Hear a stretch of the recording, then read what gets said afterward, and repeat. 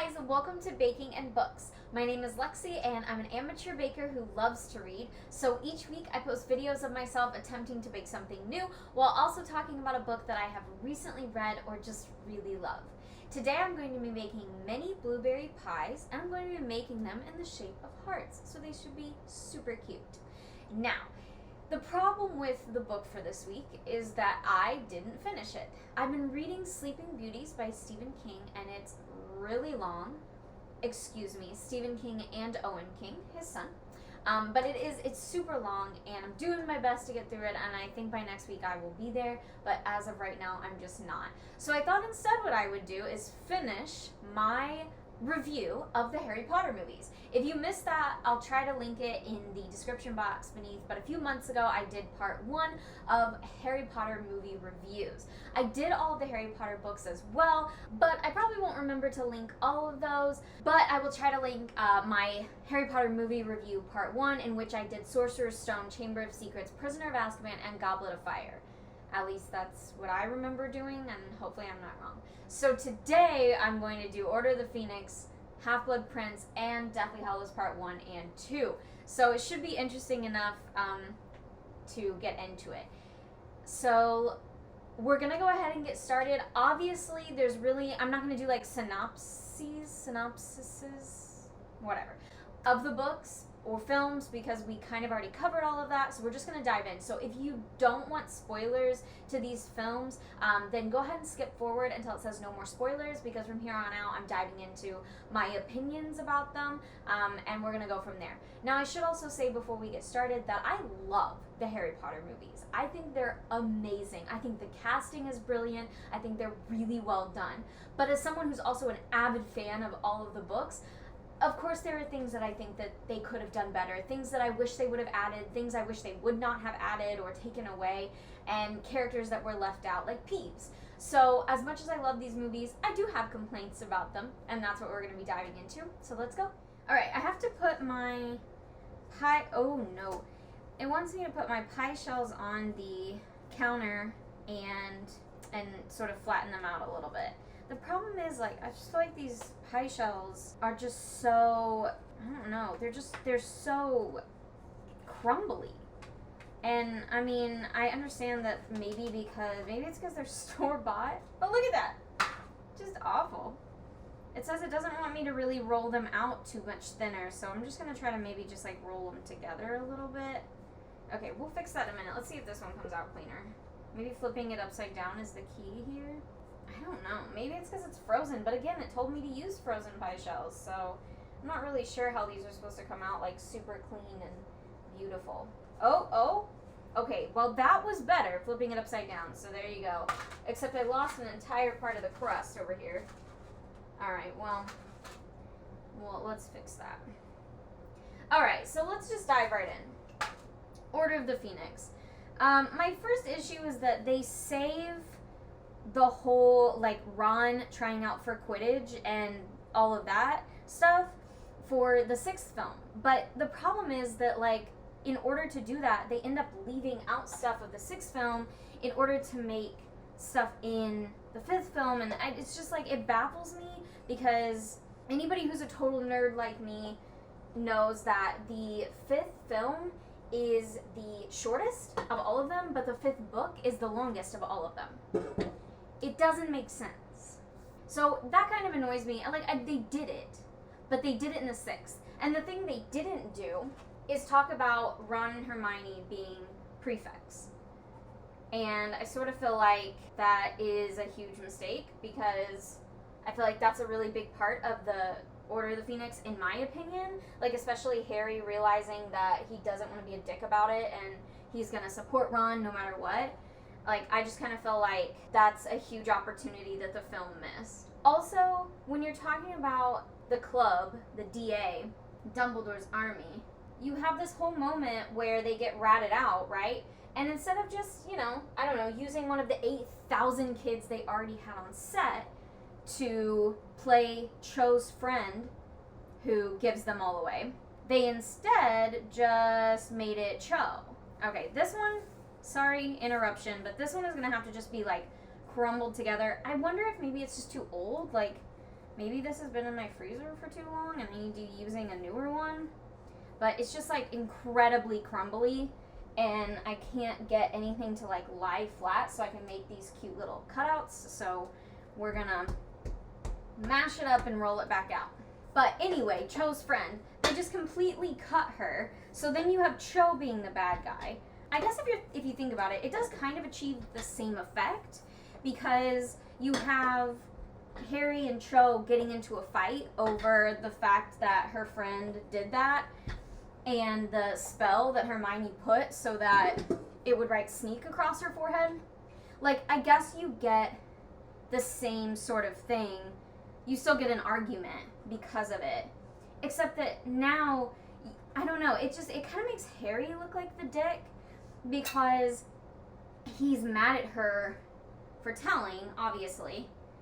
And instead of them getting into a fight about how, like, it was her friend and how could her friend do that, like, it ends up just being Harry just kind of looking like a dick because he's avoiding her because she, like, told the truth or whatever.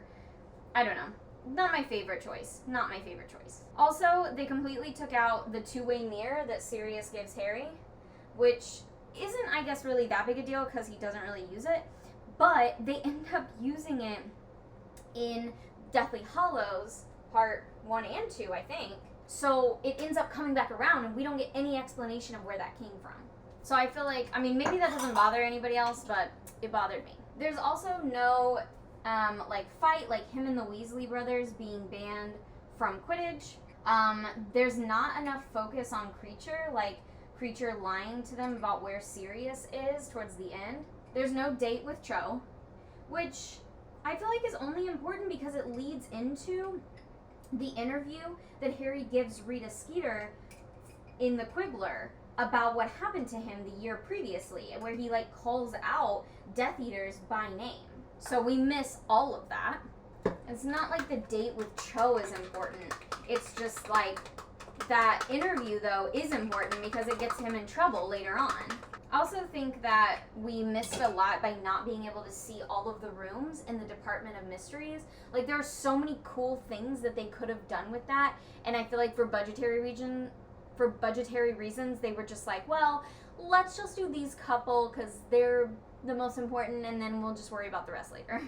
Because I just feel like there were a lot of, like, really cool rooms in the Department of Mysteries that we don't get to see because they decided not to film them, or maybe they filmed them and then just ended up cutting it. And I feel like that's, like, one of my favorite moments in the book, because, like, honestly, this book is kind of long and there are some parts that really drag, but being able to look into the Department of Mysteries and see all those different rooms is just really cool, and I feel like we miss that. I miss that in the movie. The last thing from this movie that really gets me is how Dumbledore and Harry just kind of sit and talk after the Department of Mysteries thing. Like, instead of Harry getting, like, super pissed off at Dumbledore because he yet again is refusing to tell him the whole truth. And, like, we barely get the whole truth. Like, in the book, Dumbledore goes into this whole explanation about, like, why Harry had to be at the Dursleys and all of that stuff, and we don't really get any of that in the movie. I also realized as I was saying these things out loud that I didn't always write them down in order. So I'll try to be more conscious of that as I go into these next two. I think I was just sort of thinking about it, and I wasn't really thinking, like, okay, what order? Oh no, I tore a heart in half. And I wasn't really thinking, like, oh, you gotta do it in order.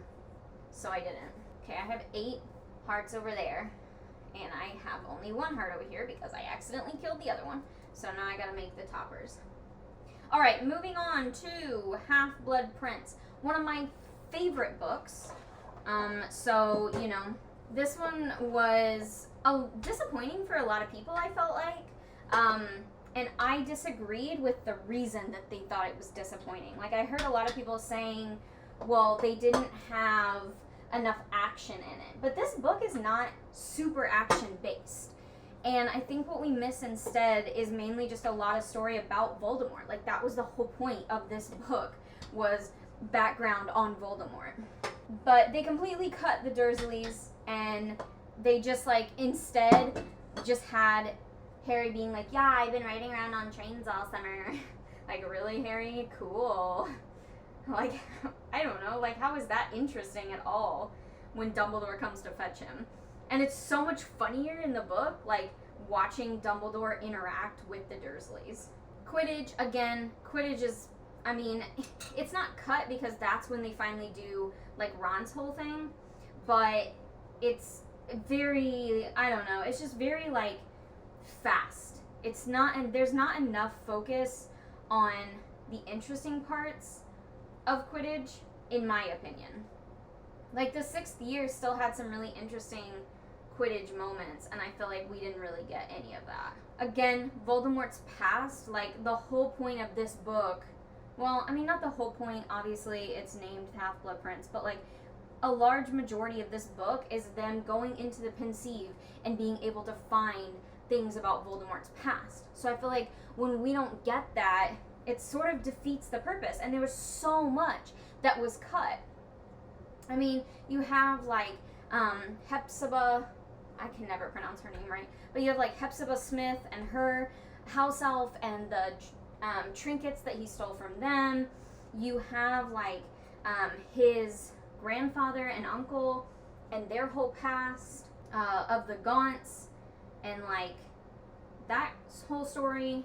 Like, you literally just miss an insane amount of stuff about Voldemort's past, which, like, this is supposed to be prepping Harry about Horcruxes and all of that, and you just miss all of it. Of course, on the more, like, superficial part of it, you miss Harry and Jenny dating. Like, they just cut all of that out and just left it as a kiss. But their dating is super cute. It's, like, kind of a fun little moment between Harry and Ron, because Ron, like, gives his permission.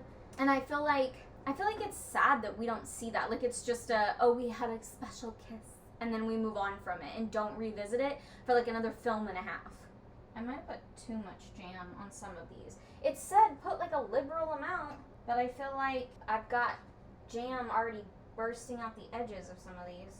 You don't have Harry obsessing over Draco, which is honestly pretty funny, that he gets, like, so up in arms about what Draco is doing, and nobody believes him that Draco is, like, doing something sinister. And he ends up being right, and it's like they just cut so much of that out of the movie. And I'm like, you're missing, like, comedy gold, though. Well, not really comedy, I guess, in the way that most people see it. But, like, it's funny that he's obsessing over Draco. Nobody believes him, and he ends up being right. And then, of course, we don't get to see Dumbledore's funeral at all, which I feel like is a weird choice. And we don't get to hear about Bill's attack, which, I mean, I can't remember if I complained about that in the other one. I feel like I must have. But, like, Bill and Charlie are pretty much cut from these films entirely, which is just, like, bizarre to me, because I mean, they're not cut entirely. Charlie is cut entirely, but Bill's not. It's just that I definitely I'm sorry, I'm distracted, but I definitely put way too much jam in these. And it wants me to, like, smush them together with a fork, but the fork is sticking to the pastry, and we're not going to do that anymore. And they may not be as cute, but we're just going to mush them together so that nothing leaks out the side while they're baking. I mean, because things are already leaking out the side, so. But yeah, you get, like, a brief whole thing about Bill being like, yeah, I was attacked by a werewolf, but, like, I'll repay him someday. And you miss the whole bonding thing between Fleur and Mrs. Weasley, which I love just because it's a really cute moment where, like, that moment in the hospital is really nice for a lot of reasons. It, like, allows for this cute little, like, mother-in-law, daughter-in-law moment. And I guess it's not really necessary, but it's nice, and we don't get that at all. Okay, now I gotta clean up around the edges because I've got dough just, like, leaking out of places. Sorry, not dough. I've got jam leaking out of places that I feel like jam is not supposed to be. So, I don't really want to bake jam here. But that's pretty much it for Half-Blood Prince. I feel like, you know, like I said, a lot of people I heard had complaints that it wasn't, like, super action-y, But Half-Blood Prince really wasn't ever super actiony. I felt like we got cheated out of being able to see more of the actual storyline that had been written for this book. And like, not to mention almost completely skating over Snape being the Half-Blood Prince. Like, that was just a very minimal thing that we just didn't even talk about. Like, they just were like, oh, yeah, Snape's Half-Blood Prince. We'll just mention it briefly towards the end. No biggie. Well, it's a biggie to me. Oh my gosh. These are just like, I'm not kidding you when I said it told me to use like a decent amount, is what it said, of blueberry jam. And now I'm gonna have to dirty this whole like cloth napkin because I have to get around all of this jam that leaked out the sides when I started to push everything together. And I highly doubt these are gonna be attractive. I can already tell you that they're not. Just scooping this jam into my hand. Alright, so diving into Deathly Hallows Part 1. We don't get to meet Tonks's parents, which I personally feel like is a nice little touch because, I mean, it's always nice to meet more characters, but also because Tonks's mom is Narcissa and Bellatrix's sister. And so you learn that she basically defied her family to marry a muggle, and like, you don't see a whole lot of that, and I feel like it's an interesting story point, in my opinion anyway. We completely skip over Creature's whole story with Regulus and everything that goes down. Like, they still kind of briefly talk about Regulus and RAB, but it's not in the same way, for sure. They also completely leave out that other people are on the run too, not just Harry and his friends. Like Dean and Tonks's father and some of the other goblins are like people that they kind of run into on their journey, and nobody really talks about that. How like Hermione's not the only muggle born on the run. Like, there are tons of people hiding from the Ministry. You don't get any backstory about Dumbledore and Grindelwald. I mean, it's like whatever Aberforth says it's like the bare minimum of that story, and their friendship and everything that came out of it is such an interesting story and explains so much why Dumbledore is the way that he is. And I feel like we just missed all of that. Like, it was labeled as not important, and to me, like, that's super important. Last thing, the taboo on Voldemort's name. Like, that's how they get caught and end up at Malfoy Manor, so that's a pretty big deal. Alright, well, they're not gorgeous, but you can tell that they're hearts for the most part, so here they go. While they bake, my aunt just got me all these new glass bowls, and I'm going to use one to make some icing that can go on top. I've said this like 100 times before, but I'm not a huge icing fan. However, it is part of the recipes, so I figure I can do maybe just a little bit less of the icing, or I can do like half and half, a little bit of icing and then a couple with no icing. We'll see. So, finally, Deathly Hallows Part 2. And I'm so glad that they split these up into 2 movies. I feel like it was exactly what needed to be done, and I think it was a really good choice on their part. Tongs and Remus's baby, Teddy. Would have loved a little bit more about him before the ending rolls around and Harry is like, oh my god, Remus, your son. Like, hello, when did they have a son? You would never know if you didn't read the books. So, you know, that would have been nice to have. The Caros, brother and sister, we don't really get an introduction to them. Like, they're just kind of there when they sneak into Hogwarts and, like, Snape's talking in the Great Hall. Like, you can see them in the background that they're there, but there's no, like, real talk of them, which I think is really weird and interesting. I would have liked to have seen that scene where Harry goes to Ravenclaw Tower and meets the Caros and, like, goes on that whole thing. I just feel like that would have been preferable instead of just having these, like, random-ass Death Eaters that you would not know about if you had not read the books. The Shrieking Shack where Voldemort kills, would have really loved for that to have been the Shrieking Shack and not a boathouse. Now, I know some of these probably you guys are like, why does it matter? Like, is it really that big a deal? Okay, you're right. That one is not that big a deal, but I just don't understand. Like, you built the Shrieking Shack a couple of movies ago, and I know we haven't been there since, but, like, they kept everything. So I'm like, just remake the Shrieking Shack. Like, it just seems to me like that was a weird, unnecessary change. And that's my biggest beef with these films, is sometimes they change stuff or leave stuff out that I just feel like is an unnecessary change. It just didn't, it wouldn't have cost them any less money or more money or whatever. Like, it just would have been the same. And I just feel like this is a weird one. I also think that, like, Harry and Voldemort's final battle is just too much. You know, like, they're supposed to be in the Great Hall, circling around each other, and Harry is supposed to be filling in Voldemort on everything he's missed, therefore filling in the audience on everything we've missed about the Elder Wand and why he can't kill Harry and all of that. And instead it's just like a private moment, and then Voldemort just, like, breaks apart. That's weird. It's, the whole point is that he's supposed to die like a mortal man. Like, that was sort of the whole point of him dying, is that he was just like any other man. So, not my favorite. Okay, if you left because of spoilers, go ahead and come back and join us. Our pies went in the oven, they came out, and they are a little bit ugly. But, okay, here's what happened. There was way too much jam. Even though I was told by my directions to use a lot of it, there was way too much. There's, like, jam in all sorts of places. You were also supposed to, like, push down the edges with a fork and make this really cute pattern all the way around. Not cute at all. In fact, the cutest one is this one right here. So this is the one that I'll pick up in a minute and show you. Like, the ones with the, no. It was just not a good idea. I think there's got to be a better way. Also, you can tell where the egg wash didn't get, like, evenly done. I don't know. What a weird thing. Okay. Now, I didn't use parchment paper or anything, so you already know that that's a problem, but it's me, so why are you surprised? Okay, but honestly, it's pretty cute, right? It's a little hard, but you can see where the jam and stuff is trying to leak out. I'm going to save that one for, you know, one of my friends. I'm going to eat the ugly one. Okay. Let's see here.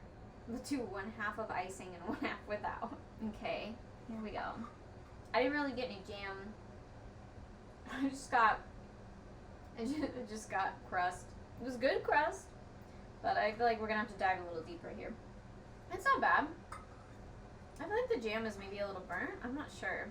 Yeah, I don't know. It's not bad, but I feel like I'm getting more crust than anything else, which I guess is bound to happen. Like a little pie like this. I feel like what should have happened is it should have been more like in the middle, so it's a little bit gooier, and I feel like it wanted me to push it down, so it ended up like spreading the jam out too much. Okay, I'm gonna try one with like maybe a little more potential for jam to be in the middle. This one's a little bit fatter, so I feel like this is a good one. And I think we will use the icing. I feel like the icing keeps the crust from being too dry. Okay, let's just crack right into the center.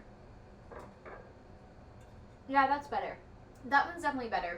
I feel like the best route would be like put it in the middle, and when you put the extra heart on top, just kind of press down on the sides so that everything kind of comes together instead of pressing down on it as a whole, so that there is jam just like sitting in the middle.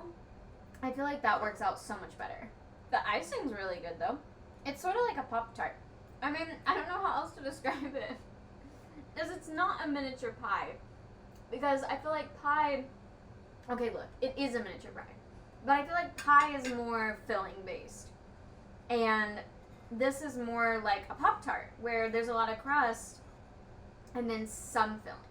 Well, I would say this was a success. There's definitely things I would change for next time, but they turned out good. I mean, you can still eat them, and they're not super cute, but you can tell they're hearts, so, you know, a win is a win, right? If you have other recipes you want me to try, please feel free to send those to me. Leave those in the comments. I'm always looking for new recipes, and I would love to have those. If you have any book recommendations, please send them my way. I hope you didn't mind my Harry Potter movie review part 1 and 2. It's just a way to fill the time. I mean, every once in a while, I'm just not going to finish books. But I'm trying really hard. I try for you guys. So we should be back on track next week. Thank you so much for spending time with me today. If you had a good time, please like and subscribe. I really appreciate those of you that watch every week. You guys are the absolute best. And if you want, you can follow me on social media, especially Instagram. That's where I post what I'm currently reading, so you can keep up with me if you want to. All right, thank you guys so much, and I will see you next time.